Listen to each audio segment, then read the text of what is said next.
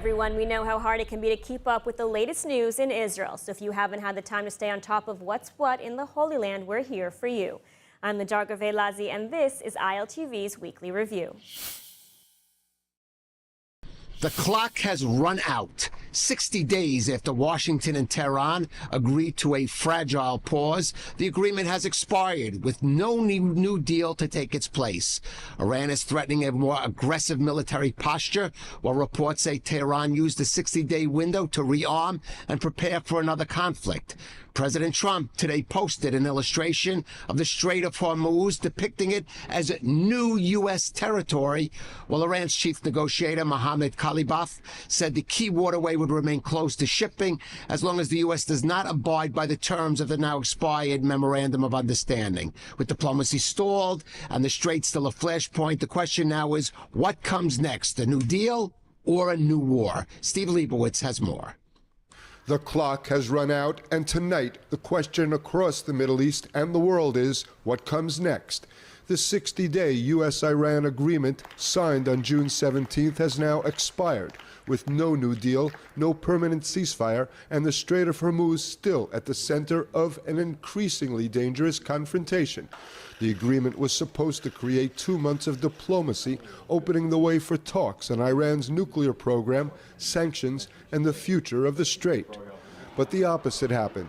Washington accused Iran of repeatedly violating the agreement by attacking commercial shipping in and around Hormuz, including multiple vessels, triggering several rounds of U.S. strikes on Iranian military targets. Tehran, in turn, accused Washington of breaking the agreement. By early July, the two sides were once again trading fire, even as diplomats continued trying to keep the talks alive. Oman has played a central role, mediating efforts to reopen the Strait of Hormuz and working with Tehran on a new shipping agreement. But now even that relationship is under strain, with President Trump warning Oman against interfering with American efforts. And there is another, more ominous question. What has Iran been doing during these 60 days? Reports say Tehran used the pause to prepare for another round of war, ramping up missile and drone production and moving hardliners into key security positions. That's exactly the danger Israel had warned about, that any pause without dismantling Iran's military and nuclear capabilities could simply give the regime time to rearm and regroup. President Trump says he's in no rush to sign another agreement, but insists one red line has not changed. Well, they want to make a deal, but they're not going to make the kind of a deal that I feel is necessary. Look, we're in there for one reason. Iran cannot have a nuclear weapon.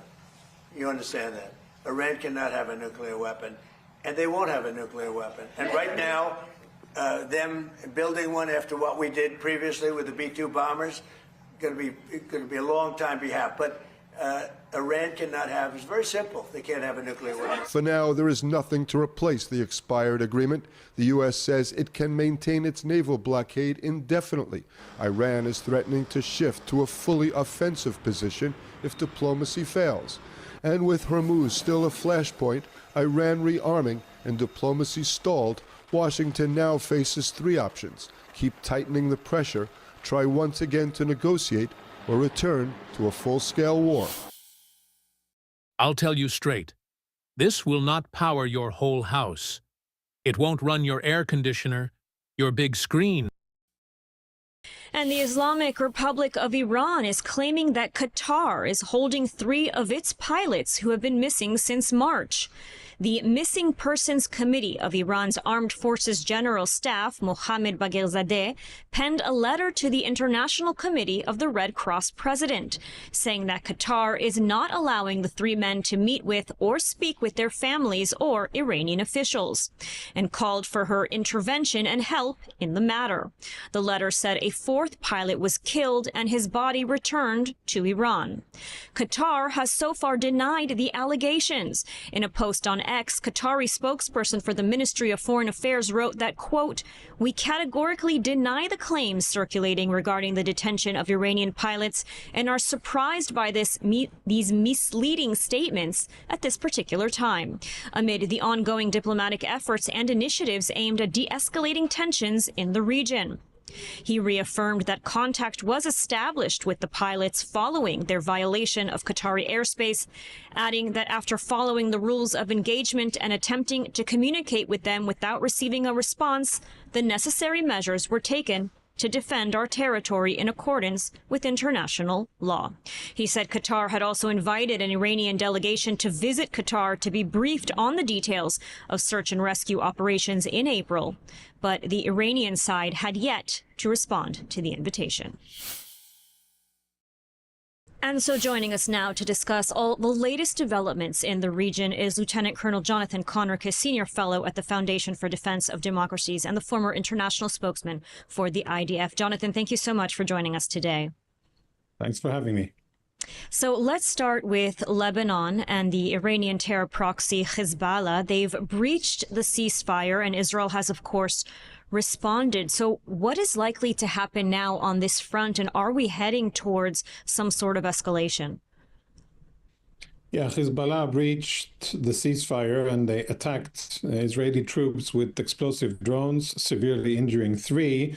That prompted a rather significant Israeli response targeting Hezbollah targets, infrastructure and high-level personnel in southern Lebanon, successful eliminations of a Radwan battalion commander and other senior field commanders of Hezbollah. Since then, the Iranian regime has threatened that they will intervene and get into the equation. The U.S. envoy in the region has said very clearly, the problem in Lebanon isn't Israel. The problem is Hezbollah. And the sooner Hezbollah disarms, the better. And that is the primary and almost only reason for Israeli presence in southern Lebanon. So diplomatically, it couldn't be clearer. Now, that's what's said above the board. Below board, I suppose that there are additional talks happening between the U.S. and Israel and the Lebanese government seeking to de-escalate the situation. And just to explain why this is happening is perhaps important, because the Ali Taher Ridge, other than being just, topographically dominant over the region, over southern Lebanon and northern Israel, it also holds many years, I would even say a decade and a half, of Hezbollah investment in underground infrastructure. And according to a few sources, there are dozens of trapped Hezbollah terrorist fighters that are in those underground facilities in Ali Taher. There are also reports of Iranian advisors who are present there, and that is why the area is so hotly contested. Bottom line, I do not think that neither Hezbollah or Israel is going to stand down. I don't think Israel is going to let these terrorists get out alive if it is not into Israeli hands for interrogation and intel extraction. And I don't think that Hezbollah has the street credibility to just let this go. So I think we're in for more rounds of exchanges. And I think both sides are measured. None of the sides, not Israel and Hezbollah, nobody's losing their temper and doing anything reckless, but the stakes are high. We repeatedly hear that Hezbollah in Lebanon, and not just, but also Hamas in Gaza, are regrouping and rearming. Just today, the IDF confirmed or warned that Hamas and Hezbollah are colluding with the Islamic Republic of Iran to rebuild, to rearm. And Israel is doing very little to respond. I mean, we had this response overnight, but beyond that, Israel has not been doing much to respond either because it is being its hands are being tied by the United States or for other reasons. So, I mean, how sustainable is this strategy long term? This is what would happen to your body if you ate mood sleep gummies every day. Day 1, you take your first... Yeah, like politics, taxes, and rust, you can be assured that terrorists will stockpile weapons and prepare for attacks if they are left unchecked. And that is exactly what Hamas and Hezbollah, and to a certain extent the Islamic Jihad, are doing in Gaza and in Lebanon, respectively. And Israel is a little bit confined here diplomatically. There's the Board of Peace, which is supposed to be deployed. The International Stabilization Force hasn't happened yet. According to the UN Security Council resolution, Hamas in Gaza is supposed to disarm, and the Gaza Strip is supposed to be demilitarized. And I think that what Israel is doing is giving that a fair chance, giving diplomacy under President Trump, not under the UN, a fair chance, and trying to play ball here and assist in the process of happening, knowing fully well that, as you say, the current situation on the ground doesn't look very promising, and there's one side, Hamas, very busy in exercising control over Gaza and trying to regain its lost capabilities. On the other hand, I will say Hamas has lost most, if not all, of its strategic capabilities, and it will take them a lot of time to regain them, if at all. But bottom line, if we leave them uncontrolled, unlimited, unchecked, we should exactly anticipate that this is specifically what Hamas will do: regain their capabilities and again launch jihad against Israel. That isn't conjecture; that is what they say. These are statements being made in Arabic and in English by Hamas seniors immediately after October 7, during the war, and even in the latest days. So that there shouldn't be any room for confusion here. Mm-hmm. And moving on now to the head of the snake, the Islamic Republic of Iran. Right now, there's sort of a battle of words, increasing, escalating rhetoric over the Strait of Hormuz. But that's it. We seem to be in some sort of limbo. There's no negotiations, no military action. So what now? What's next? I think the American strategy is one of economic strangling. The U.S. is strangling the Iranian regime's economy. It is suffocating it from access to oxygen being international trade. It is making it very difficult for the Iranian regime to export oil and petrochemicals and to get access to international revenue. And now it's basically a waiting game. Who will break first? I'm not entirely sure that the Iranian regime will break first. Even if it goes bankrupt, I think they will likely gladly drag their entire country with its glorious history and its 93 million people down the drain with them, if it comes to choose between their crazy fundamentalist ideas and the benefit of their people. But what I think President Trump is trying to do is to put the squeeze on the Iranian regime, or to foment enough unrest on Iranian streets, unpaid security forces, no gas at the pump, electricity not being provided, etc., which definitely is in the cards for the Iranian regime. So there's maximum pressure on the regime, economic. What I don't see yet, regretfully, is maximum support for the Iranian population and for the Iranian people. And I think in the clandestine world, in the world of different organizations, I think some things are being done. I hear reports and insinuations, but I don't think enough is being done. I think that is the real force multiplier here that could really speed up things. And yes, on one hand, escalate, but definitely bring things to a successful conclusion in terms of the US, in terms of Israel, in terms of the Iranian people, and probably an overwhelming majority of Middle Eastern countries.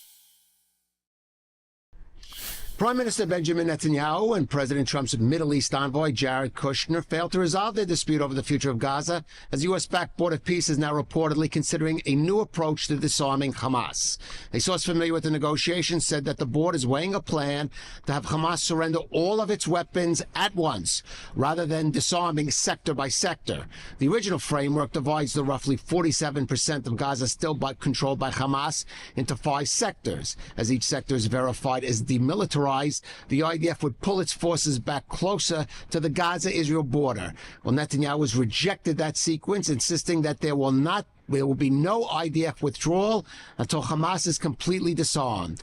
Under the alternative being considered, the entire Hamas-controlled area would be disarmed first. Only after the Board of Peace verified that all weapons and tunnels had been decommissioned would Israel withdraw, in this case all the way to the Gaza perimeter. But that new formula would require Hamas to agree with it, potentially delaying the process even further.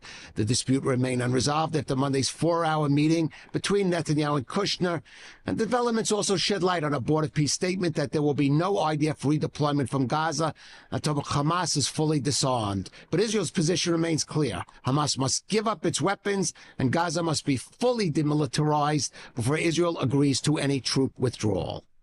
We're very committed to the fact that we have a plan to rebuild Gaza, but we will not allow Gaza to be rebuilt until the demilitarization occurs. Nobody wants to put more money into a place that's gone on for so long until if it's just going to be taken over by terrorists or blown up again. We're also not going to restrict Israel's right to defend itself if there are any imminent threats, and so we had to clarify what that means. We could be seeing progress, in as much as in as little as 30 days, hopefully on starting to take some of the weapons out, and hopefully filling in some of the tunnels as well in the next 60 to 90 days as well. So progress could come quite soon, but we do need cooperation from both sides, and we're going to hopefully get through it. But we've made a lot of progress to get here. For Israel, we think this is a win-win situation because if Hamas actually gives over the weapons and the tunnels, willingly over the next 60 to 90 days, that obviously would be the elimination of a huge security threat for Israel, almost an unthinkable achievement. And if they don't follow through now on their commitment, everyone will see that they're not genuine about peace, and then Israel will have a lot more support from the U.S. and others to go and finish the job in the appropriate way.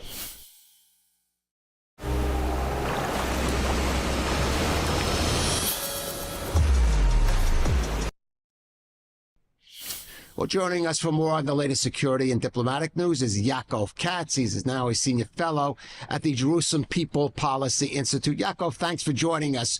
Well, after a 4-hour meeting yesterday between Jared Kushner and Prime Minister Netanyahu, are the two sides closer to agreement on Gaza? Does the U.S. accept disarming first?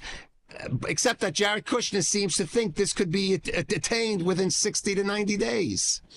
Well, first of all, Kalev, you've been doing this long enough to know that when someone tells you that something in the Middle East might happen in 30 days, 60 days, 90 days, that usually means they're not exactly sure that it's going to happen. And I think that that's the big question mark here when it comes to what Hamas's commitment is supposed to be regarding the disarmament in Gaza. And everything hinges on that, right? And I think what Israel was able to achieve in this meeting yesterday was to get the Americans on the same page with Netanyahu and his government, and that nothing can really move forward until Hamas is completely disarmed. This idea originally with the 15-point plan that there would be some disarmament, some withdrawal, maybe more disarmament, then more withdrawal, that for now has been put out the window, and that's good because we need to see that this can be verified. It's got to be verify and then move forward, and for now, America and Israel seem to be on the same page.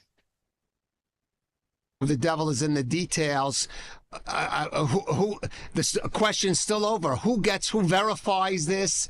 What weapons they give up? What happens to those weapons? Are those still open issues?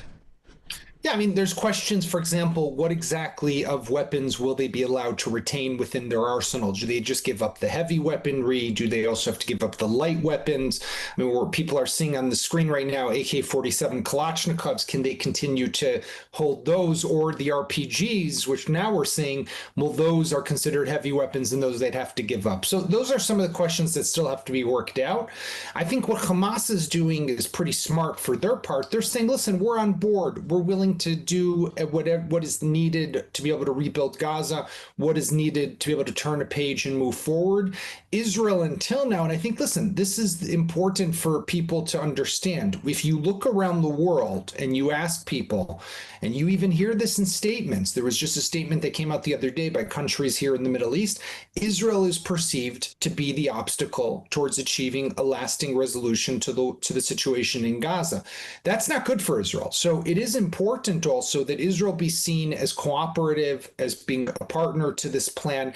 And I think that what's been achieved is the way to do that. In other words, say, listen, we want to move forward. We're looking to get out of Gaza. But in order for that to happen, we need Hamas to disarm. And it's all dependent on them. And by the way, Kalev, Jared said this, Kushner, in the interview with Fox News. If they don't disarm, let Israel do what it needs to do, including what seemed to understand from his remarks, renewing the operations in the Gaza Strip.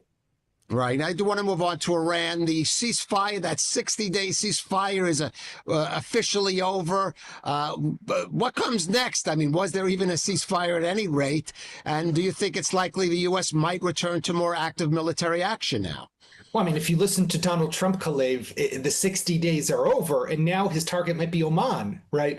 Not even Iran, but the Omanis, who were the mediators to an extent during this, and because of whatever arrangement that they might have reached with the Iranians, which is probably more about saving themselves than about anything else. But the facts are that there's no real appetite in the United States for any renewal of hostilities. Israel does not have much of an appetite either.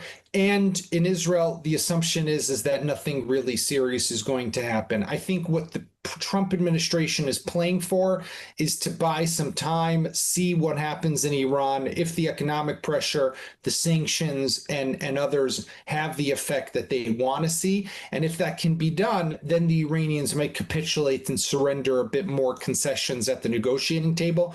But no one right now has a desire, it seems, on any side to renew this war.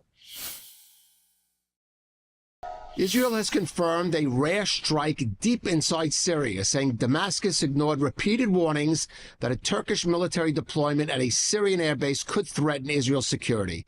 The operation has drawn an unusually sharp rebuke from Washington. The Prime Minister's office says Israel and Syria had agreed to maintain the status quo on security matters, but that Syria was on the verge of breaching that understanding by allowing Turkish forces to deploy at a military airbase near Aleppo.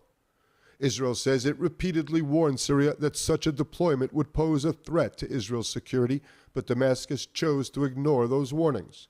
Israel then struck the Abu al-Duhur military airfield in Idlib province. Syrian and regional reports say 4 aircraft hit runways and storage facilities at the base. There were no immediate reports of casualties. The strike came after a Turkish military delegation reportedly visited the airfield to examine plans to rehabilitate its runway. The IDF has not commented, but a senior Israeli official acknowledged to Fox News that Israel carried out the operation. The official said Israel had shared sensitive intelligence with Washington before the strike at the highest levels of both governments, but the United States has issued an unusually sharp rebuke. Special Envoy for Syria Tom Barak said he was deeply concerned, calling the strikes an unnecessary escalation that does not advance regional stability. Barak urged all sides to show restraint and prioritize diplomatic engagement. Turkey also condemned the strike, while the Syrian foreign minister called it an unjustified provocation and a violation of Syria's sovereignty. The Prime Minister's office says Israel will not tolerate threats to its security, but would welcome a return to the previous status quo, where social media posts show new Syrian army recruits chanting death threats against Jews, raising fresh concerns over the extremist ideology taking root inside Syria's rebuilt security forces. For more of the latest updates from Israel, make sure to subscribe to our newsletter at ILTV.tv or download the ILTV Plus app. That's it for ILTV's weekly review. See you next week. You've been flocked. I'm sure you've seen these cameras on the roadside, and you know they're up to something bad. Yes, they're tracking you. Yes, you're probably already in the system, and they've probably already created a heat map of everywhere you drive.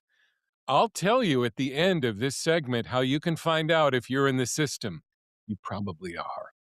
Welcome to Herd Mentality. I'm Dale Hurd. They're known as Flock cameras, but Flock is only one of many companies that make license plate readers. Its estimated license plate scans each year are now in the billions. These cameras drive privacy experts like my bud Dave Moss at the Electronic Frontier Foundation crazy. This is from my story on the cameras for CBN.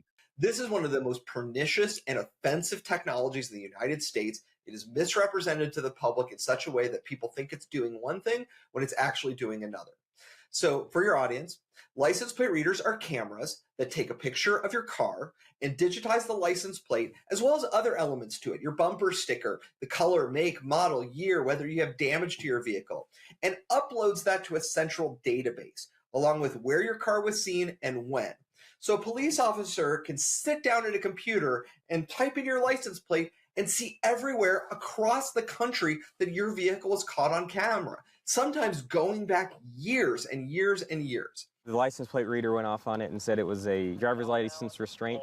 So it looks like on here, so she has a suspended driver's license. That can be on any screen on the computer, and if it hits on a license plate, it'll pop up. It doesn't matter whether you are tied to a crime or not, they're capturing it on everyone. And that allows them to track you in real time. They can add you to a watch list and just watch you and get alerts every time you pass a camera. And this is only the beginning of the creepiness. It gets way worse. But first, please share this important information with your friends. And please help this channel grow by liking and subscribing. And maybe buy me a coffee. So how does it get way worse? Some police officers are using stored license plate reader data to stalk exes, neighbors, or romantic interests. So we've seen dozens of cases of law enforcement officers abusing the system to stalk their exes, to look up stuff on women they're attracted to go after their, neighbors or people they have it out for. I mean, it's a particularly tempting system because it's, with, millions of searches coming through in a given month, it's very hard for a law enforcement agency to verify that each one is legitimate. And Flock employees have been accused of using the cameras to spy on workout areas and where kids are.